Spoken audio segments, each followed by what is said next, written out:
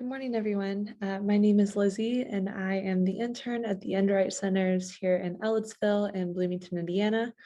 I am currently a senior studying community health at Indiana University, and I will be graduating here in the next month. So it's super exciting. So I've actually had some experience a few years as a nursing assistant at a hospital in Indianapolis. And one of the main things that we focused on was preventing falls with our patients, mostly because a lot of our patients had certain medications that they weren't used to, or they had just had surgery and things like that.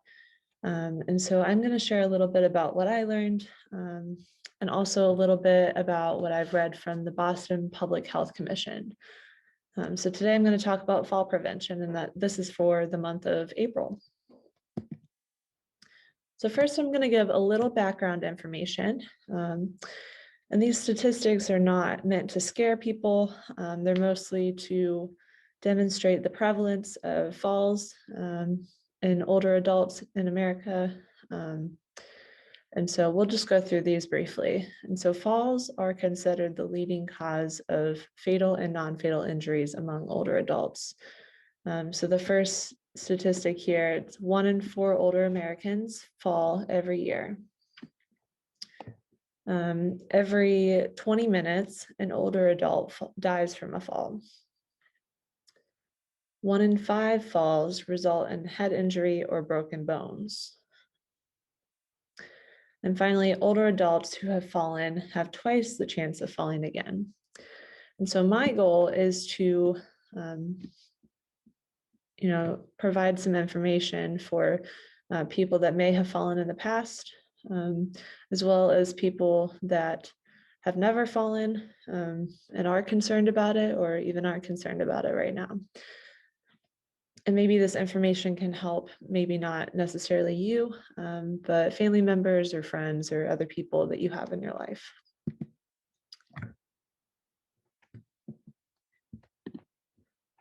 So next I'm going to go over some myths.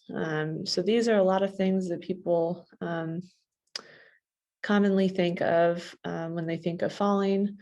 And I want to try to tell people that these are not true. So the first one is falling is a normal part of aging. So falling is not a normal part of getting older. And I want people to understand that. And so improving your health and balance can actually help prevent a fall. And so I'll talk a little bit about that later. The next thing is I won't fall if I limit my activity. And so I think a lot of people think this. It makes sense if you're sitting down and avoiding any kind of physical activity, you're not going to have all of those experiences that you may or may not fall. But actually this is false. And so staying physically and socially active can actually help improve your overall strength, your balance, and your independence. And so these 3 things can really help prevent a fall. And so if you're limiting your activity for a long time, and then you have one activity in the near future or so, the longer you wait, unfortunately, it's a little bit easier to fall. The next is if I stay home, I can avoid falling. So many people think this as well. It kind of goes hand in hand with limiting your activity. If I avoid the situation, maybe I can avoid falling. And so this is also not true. There's actually a statistic that over half of falls that happen at home. And so this is interesting. And so we'll talk a little bit about removing different fall hazards in your home and making home repairs that can help prevent these potential falls. Next is using a walker or cane will make me more dependent. And so actually walking aids can help maintain or improve your mobility. And this would help increase independence, not dependence. So it's important to talk to your primary care physician or even a physical therapist if you have one. You can get a referral from your doctor if you need one. And they can show you how to use these devices safely. so that you're able to gain a little bit more independence.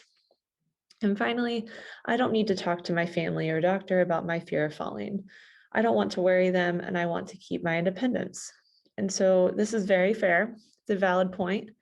But we always were taught in the hospital that it's a team-based approach to care. And so everyone in your life wants to make sure that you maintain your health. And so fall prevention is a team effort. It can't be all on one individual to maintain this. And so it's important to talk to your family, your friends, your doctor, whoever you're comfortable with in your life. And they want to help you maintain your independence and prevent you from falling. So first we'll talk about keeping your home safe. And so the first thing, it's a little self-explanatory, cleaning up your clutter in your home. So that's just removing things that are in your way as you're walking through your home. It's important to keep a clean space to avoid potentially tripping over something. And next is to repair or remove tripping hazards. So this kind of goes hand in hand with the first one, removing boxes, papers, different electrical cords. Those are really easy to trip over, especially if they're in your walkways. It's also important to move furniture, other pieces in your high traffic areas in your home. You don't want to be tripping over a table or, maneuvering around a table every time. It might get a little difficult. Next is to secure loose rugs. So you can always get those non-slip mats underneath your rugs, or even they have tape now that you can tape your rugs down to the ground. This will help you help to prevent you from slipping on the rugs. It's also important to maybe invest in some non-slip mats in your bathtub, especially with that soap.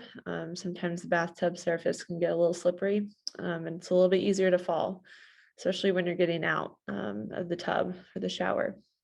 So it's important to have these safety features in mind, or maybe even installed in your home to help prevent these. It's also important to maybe repair any hazards. So if you have a floorboard sticking up, anything that you could potentially trip over, it may be important to repair.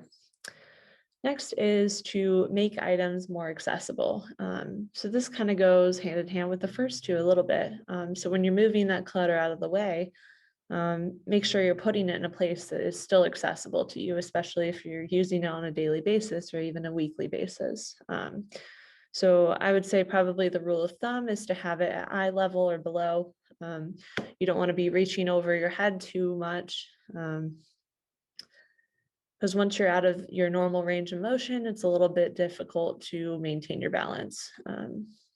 So it's important to keep things at eye level or below. You can also install grab bars in the shower. These are great for assistive devices. Along with that non-slip mat, that would be great in the shower, hand in hand there. And then you can also install handrails on the stairs even. There's also non-slip steps now that you can install in your home as well. I believe it's just a type of floor material that you can install on the steps. So that along with the handrails would be great. There's also a raised toilet seat that they have now that would actually help to not have to lower yourself as much, especially for those of you that have a harder time getting out of a lower chair. So having different devices in your home like this can really help you. And finally, along with that raised toilet seat, you could actually have armrests or even another grab bar. The Boston Public Health Commission kind of made it seem like having more than one device that you can use in each situation would be the most beneficial. And finally, the last thing is to have a sturdy plastic seat in your shower tub. And so this is also great, along with that non-slip mat and even the grab bar, just to be able to relax and not have to stand for the entire time in the shower. Shower is supposed to be relaxing. And finally, for keeping your home safe, it's important to keep your house well lit. So this is especially at night. You can even set up your lights to be on timers, things like that, just to make sure you're not walking around in your home when it's not super well lit and you can't see your feet, things like that. That would definitely help prevent your falls. Next, this is pretty self-explanatory, but we'll talk about clothing really quickly. The first, they say not to wear loose clothing.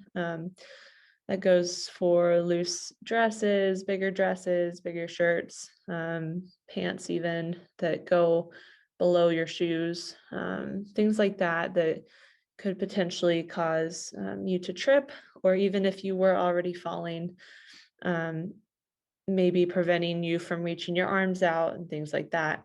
It's important to have, those in mind. They also say to wear sensible shoes, shoes that fit your feet. They're not too big. You're not tripping in your own shoes. There's also that non-slip option for the soles. I wear them working in the restaurant. They're great. I can say that they have prevented me from slipping multiple times. And so if that's you, if you slip very often, or if you're close to slipping, maybe investing in some non-slip shoes would be great. And finally, we'll talk about some health safety tips. The first thing they say is to always maintain an active lifestyle, stay active. And so they always say there's so many different options. You can join our yoga classes here at the Enright Center. We have several. We have chair yoga, we have floor yoga. There's so many different classes at the YMCA and different programs. Just staying active. And that doesn't mean going to the gym and going crazy at the gym or anything like that. It means just getting your body moving at least 30 minutes a day. And it doesn't have to be super strenuous activity. They also say it's really important to work on your balance. So here at the Enright Center, we actually have a balance class with our health and wellness coordinator, Chris Campbell. It's on Monday, Wednesday, Fridays from 10 a.m. to 11 a.m. So this would also be a great option if you needed to improve your balance or just to get ahead of the game and continue working on your balance. It's really important for maintaining this muscle and helping to prevent these falls. And finally, we'll talk about how if you go to the doctor, if you are concerned, you can speak to your primary care physician about your personal risk for your falls. It's important to talk to them if you're concerned about it, and they can kind of point you in the right direction. So along with that, you can get your hearing and vision checked every time you go to the doctor. This could be an annual just checkup. And it's important because your ears are actually involved in your balance. They talk about there's fluid in your inner ears that actually help maintain your balance. And so making sure your hearing and vision are checked is very important. And finally, you can talk to your doctor about reviewing the different medications that you're currently on. You may not be aware of some of the side effects that your medication has.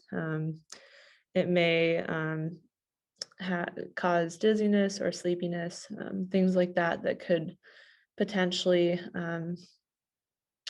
help you fall, unfortunately. And so it's important to talk to your doctor if you're concerned about this and maybe looking into other options if there are some. So finally, if you need more help, it's important to talk to your primary care physician, as I said. They can give you different referrals if they think that you might need more help or if you want to learn more. They can give you a referral for an occupational therapist. These people are great. That's what they're trained to do. They can provide more tips for you, as well as different movements you can do to help prevent falls. They can also work with you and family members to create a plan for if you were to fall, what you need to do, what your family members need to do, etc. So it's important to talk to them and kind of get some insight, even looking ahead. And so I just wanted to provide a little overview of fall prevention, what I've learned in the hospital, and kind of share some tips with you all. So if you have any questions, feel free to reach out to the Enright Center. You can ask for me, Lizzie, or if you want to talk to anyone else, you can. And so thank you for your time. I appreciate it, and have a great day.